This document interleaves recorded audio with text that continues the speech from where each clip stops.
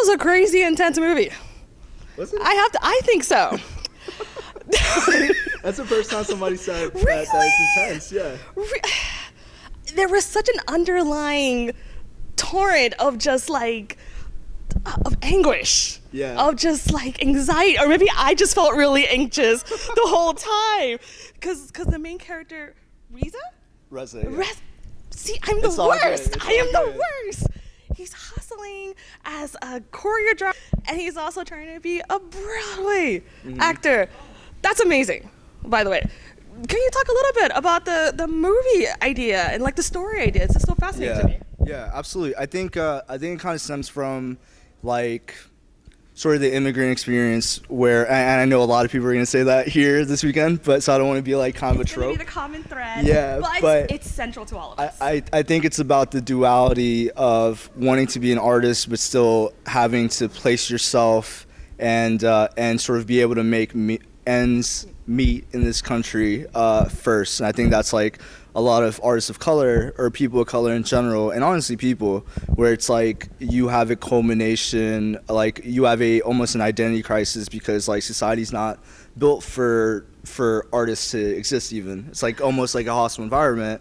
And so like for immigrants and children of immigrants, it's tenfold, right? And so I think it really sort of stems from that idea or that struggle of having this thing inside you that you feel is different, of wanting to express yourself, but you're just not in that box.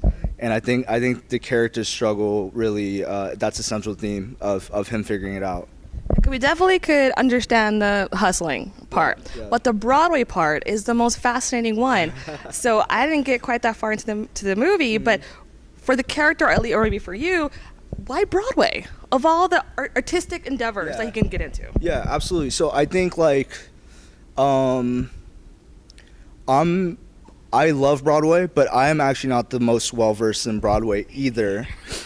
But I think sort of for the world of the film, and this was like more evident in the script when I initially wrote it, was like it made a good arc, or it made a good kind of narrative mechanism where it's like there's no Broadway right now, and Broadway's opening up, so it's almost like it makes things 10 times harder because there's no roles, and it sort of like stands for this industry squeezing him out of that space and out of that city. So it just kind of was a really great narrative mechanism, because Broadway you have to sort of do in person, but I think also I think that I have a deep love for, I think like when you're an actor, I think it's sort of what you sort of gear towards is that you realize that like Broadway is the nuts and bolts of like our industry and plays and like acting in person.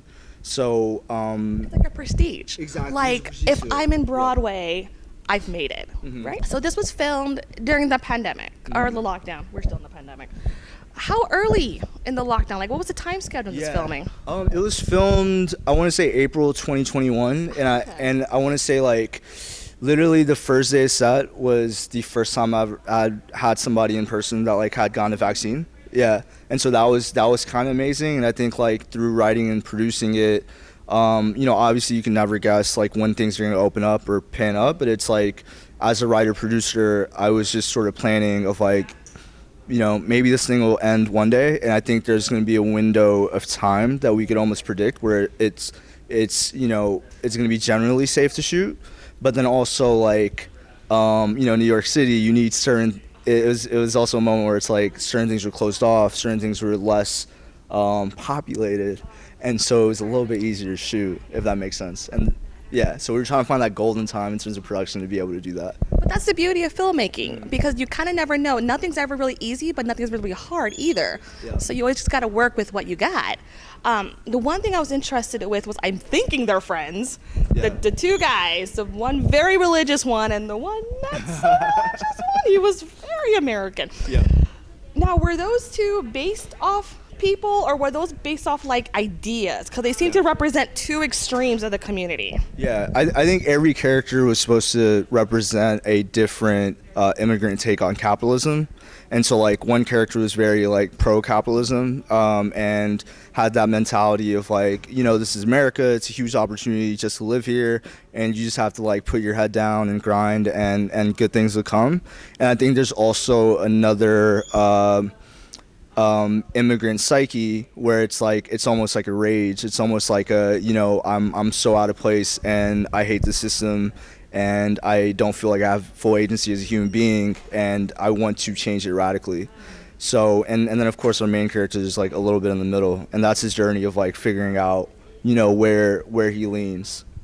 So I read that you used up most of your savings for this movie. Is that correct? I would, yes and no. Money. Yes and no. So I had, full transparency, like coming out, I probably had I had like a life savings of like 12 grand. But you weren't backed by like a company or like had a huge gain. So what was it about this film that really pushed you to use up that money? Because it's not easy. Mm-hmm. You know, we're all got to survive, but like what made you want to use that money for this? I think in a lot of ways it was just like my last chance at my last full front force of like, hey, I have this dream and I want to fully invest into it, and like there's a window of time where it's like, you know, maybe I could do this at the age and position I am at in my career.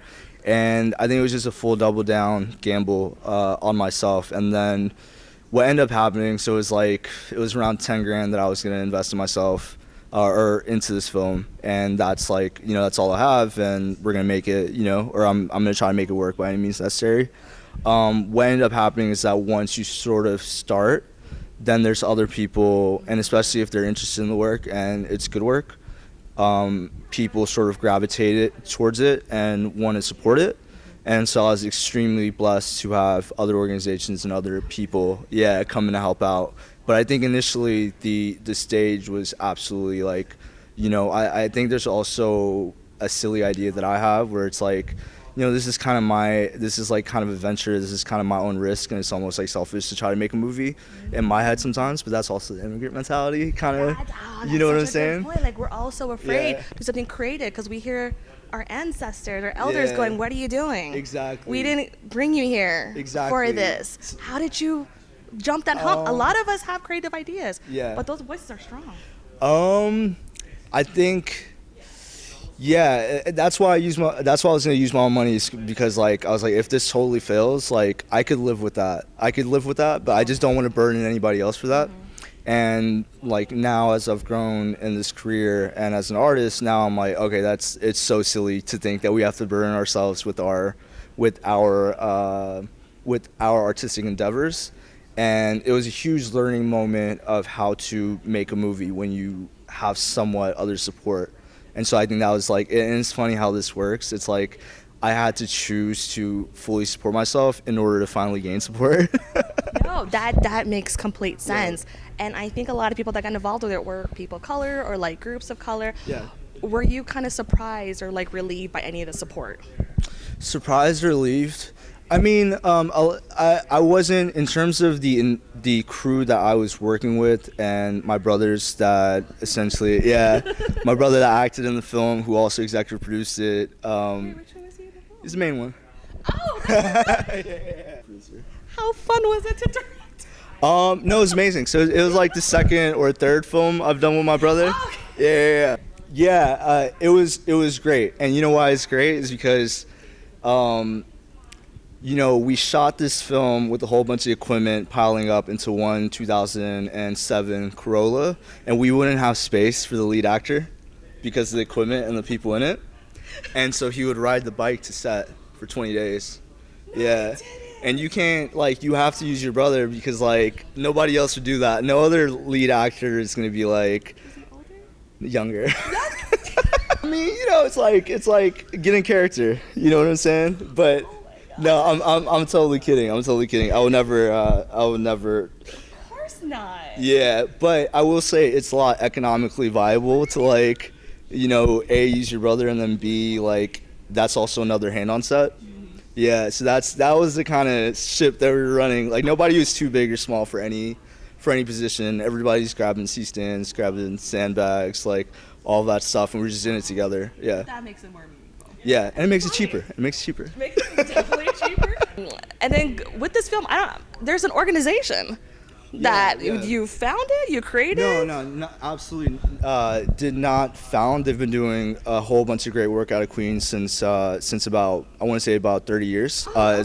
It's called Daisy's Rising Up and Moving, and it's a organization that operates out of Queens, New York, and it's essentially a workers union and labor union, and creates essentially gives a voice to recently immigrated people in New York for legislation, financial support, things like that. And then how did you get involved with that, or did they reach out to you? That's a funny question. I think we both sort of gravitated towards each other. I reached out initially while writing the film, even to just get some help in terms of research and things like that. But I think once we got things off the ground, and honestly, the screening helped legitimize us in a way where we could send it to them and be like, hey, check this out. If this aligns with your values, I just want to be able to help. We don't they provide a service, and I mean, they don't even have to provide a service, but there's people in society that I think we take for granted, people that doesn't look like the general populace, but we have so many tremendous stories and so much character and so much human spirit, and I think it's just those people, whether it's the gas station clerks, the delivery couriers, the people that essentially keep society running. I just want to, hopefully create a little bit more empathy or humanization for those folks. They still have voices. They're just humans like the rest of us. Exactly.